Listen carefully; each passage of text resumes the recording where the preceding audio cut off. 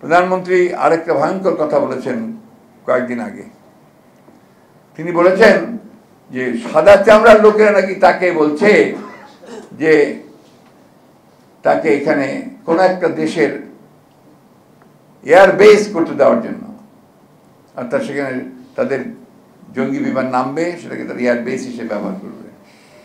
আর বাংলাদেশের একটা অংশ অর্থাৎ চট্টগ্রাম এবং মিয়ানমারকে নিয়ে নতুন একটা খ্রিস্টান রাষ্ট্র তৈরি করবার তারা চেষ্টা করছে।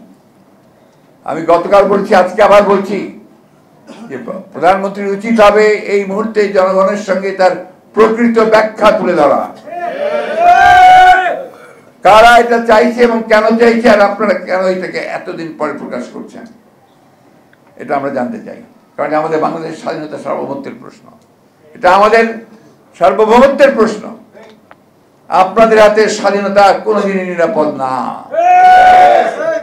আপনাদের এর আগের পররাষ্ট্রমন্ত্রী তিনি তো বলেই ফেললেন পাশের একটা দেশের ব্যাপারে যে তাদের সঙ্গে তাদের সম্পর্ক হচ্ছে স্বামী স্ত্রীর সম্পর্ক। তো যদি স্বামী স্ত্রীর সম্পর্ক হয় তাহলে আপনি আর সেখানে কি করে, তারা যে অন্যায়ভাবে আমাদের সমস্ত ন্যায্য পাওনা যেগুলো সঙ্গে আমাদেরকে বঞ্চিত করছে সে ব্যাপারে তো কোনো কিছু করতে পারছে না। আমাদের পানির হিস্সা দেয় না, আমাদের তিস্তা পানির হিস্সা দেয় না, ফারাক্কার হিস্সা দেয় না। 154টা নদী, অবিভক্ত নদী, সেই নদীগুলোর আমরা পানির হিস্সা পাই না।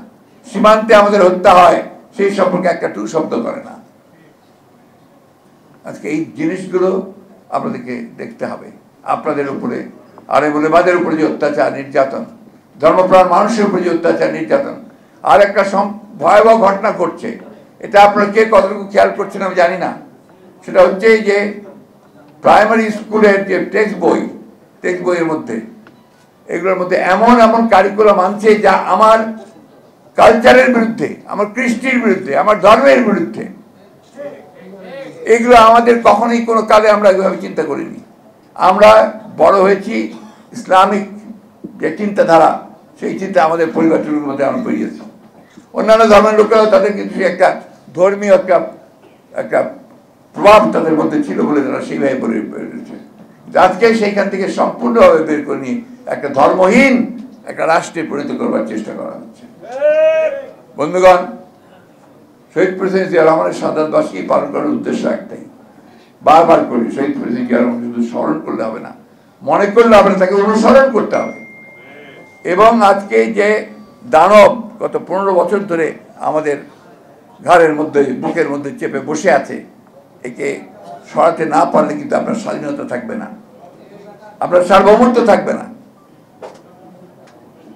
আমার এই ভোটের অধিকারকে ফিরিয়ে আনতে হবে। আজকে দেখেন, ভারতবর্ষে ভোটের অধিকার আছে বলে কিন্তু তারা অন্তত ওই যে মোদীর 3 বার একেবারে নিরঙ্কুশ সংখ্যা গরিষ্ঠতা পেয়ে ক্ষমতায় যাওয়ার যে ইচ্ছা বাসনা, সেটাকে কিন্তু তারা রোধ করে দিয়েছে। আজকে সব একক সংখ্যা গরিষ্ঠতা তারা পাচ্ছে না।